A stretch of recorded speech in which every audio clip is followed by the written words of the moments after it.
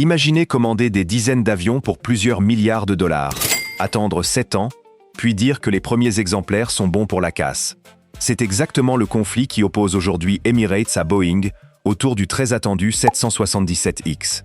Et le plus incroyable, c'est qu'Emirates est le plus gros client du programme.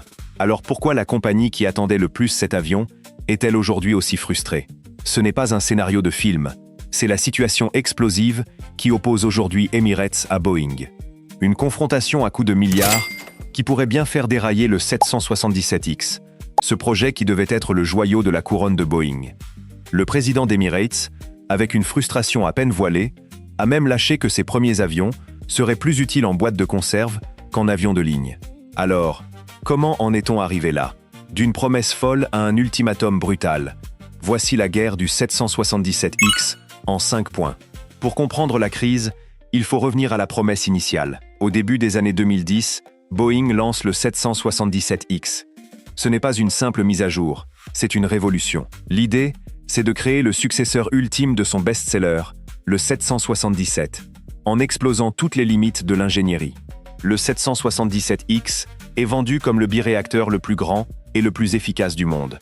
Sa version phare, le 777-9, est un monstre conçu pour être le plus long avion de ligne biréacteur jamais construit, capable de transporter plus de 400 passagers sur des vols intercontinentaux avec une sobriété record. Pour réussir ce pari, Boeing sort l'artillerie lourde. D'abord, les ailes. Spectaculaires, avec leurs 72 mètres d'envergure, elles sont si larges qu'aucun aéroport n'est adapté. La solution de Boeing est digne de la science-fiction. Des bouts d'ailes qui se replient. Une première mondiale sur un avion commercial, qui permet au 777X de se garer aux mêmes portes que les 777 actuels. Sous ses ailes, une autre merveille. Le moteur GE9X, le plus grand moteur d'avion jamais conçu. Il promet une baisse de la consommation de 10% par rapport à la concurrence.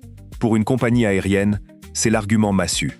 Ajoutez à ça un intérieur plus large inspiré du Dreamliner, des hublots plus grands et une meilleure pressurisation pour le confort des passagers. Et vous avez le futur du long courrier. Emirates, dont tout le business model repose sur des très gros porteurs pour connecter le monde via Dubaï, est immédiatement conquise. La compagnie devient client de lancement et, de très loin, le plus gros client.